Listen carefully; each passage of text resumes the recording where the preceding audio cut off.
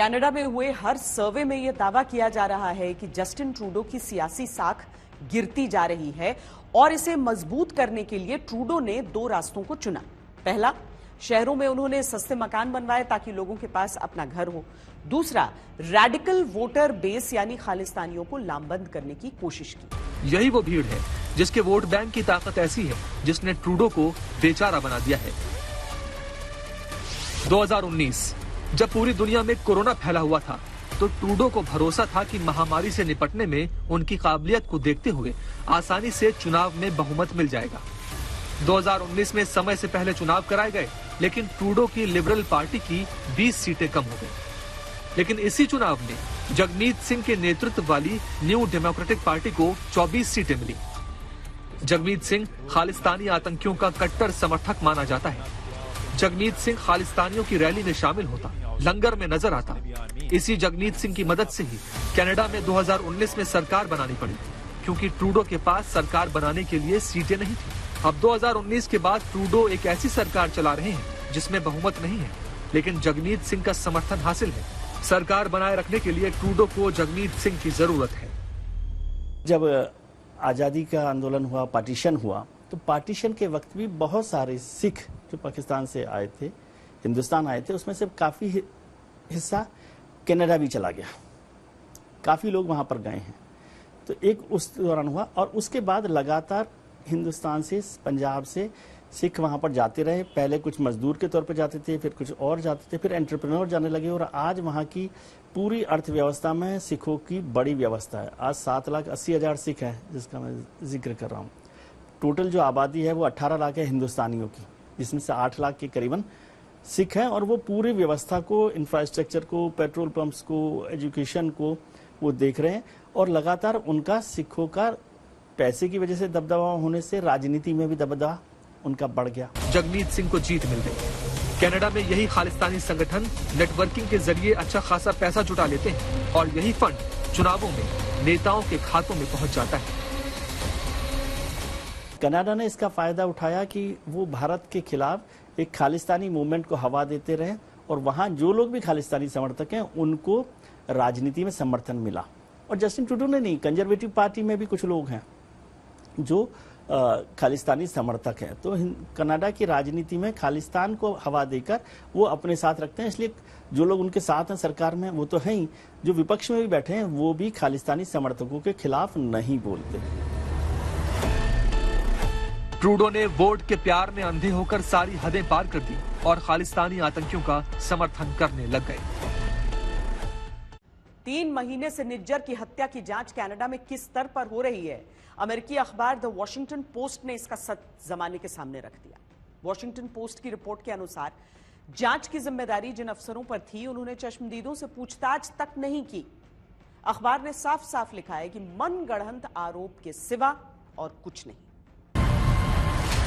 3 महीने पहले खालिस्तानी आतंकी हरदीप सिंह निज्जर की हत्या हुई थी।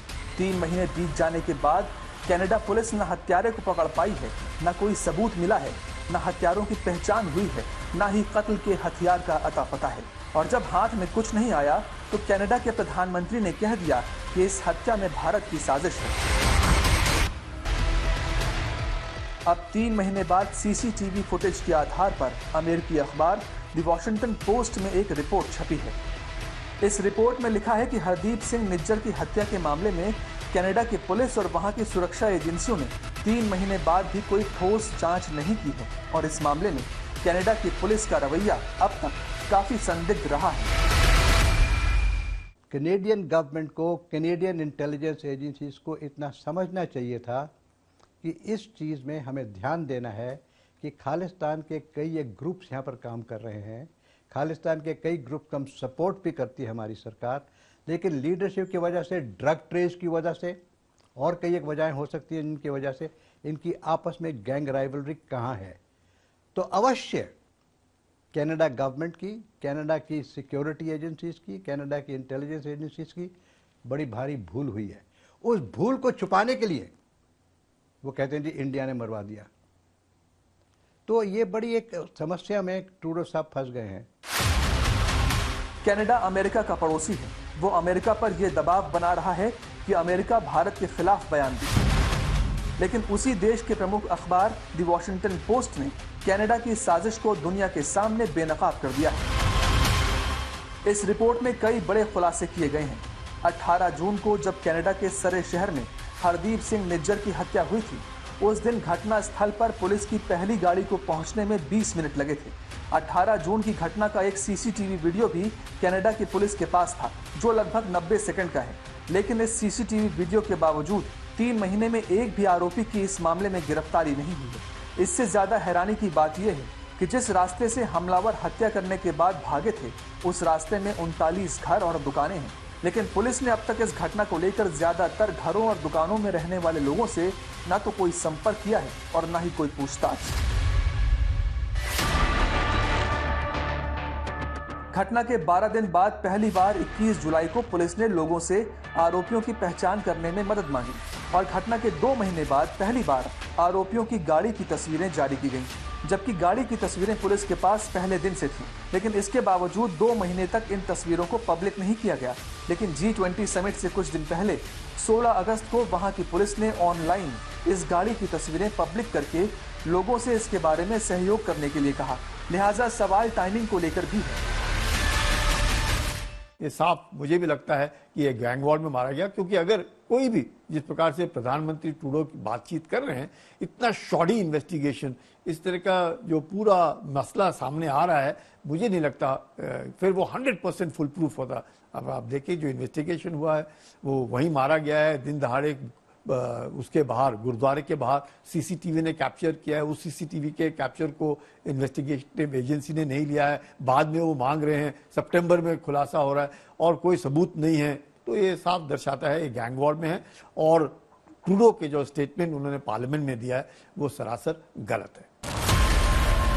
कनाडा की पुलिस ने इस मामले में ऐसे कार्रवाई की जैसे वो बिल्कुल अनाड़ी हो और वो पहली बार इस तरह के किसी मामले की जांच कर रही है। जिन आरोपियों ने हरदीप सिंह निज्जर की हत्या की वो 2 गाड़ियों में आए थे। कम से कम 6 आरोपियों ने हरदीप सिंह निज्जर की गाड़ी को घेरकर उसकी हत्या की थी और उस पर 50 गोलियां चलाई गई थी, जिनमें 34 गोलियां हरदीप सिंह निज्जर को लगी थी। इस पूरी रिपोर्ट से ये पता चलता है कि इस मामले में कनाडा की पुलिस का हत्यारों तक पहुंचने का इरादा ही नहीं था, क्योंकि निज्जर का रिश्ता कनाडा के बड़े बड़े अधिकारियों और नेताओं के साथ था। हत्या पर जब सवाल पूछे जाने लगे और जस्टिन ट्रूडो के पास कोई जवाब नहीं था, तो कनाडा के प्रधानमंत्री ने बचने के लिए भारत का नाम ले लिया। विदेश मंत्री ने किसी का नाम तो नहीं लिया, लेकिन आतंक का समर्थन करने वाले समझ गए। सड़कों पर खालिस्तान समर्थक भारत के खिलाफ आपत्तिजनक नारे लगाते हैं। मुट्ठी भर भीड़ को सैकड़ों पुलिस वाले सुरक्षा देते हैं, लेकिन एक आतंकी को 50 गोली मार दी जाती है और पुलिस अब तक उस हत्यारों की पहचान नहीं कर पाई है। सब किसी सोची समझी साजिश का हिस्सा लगता है।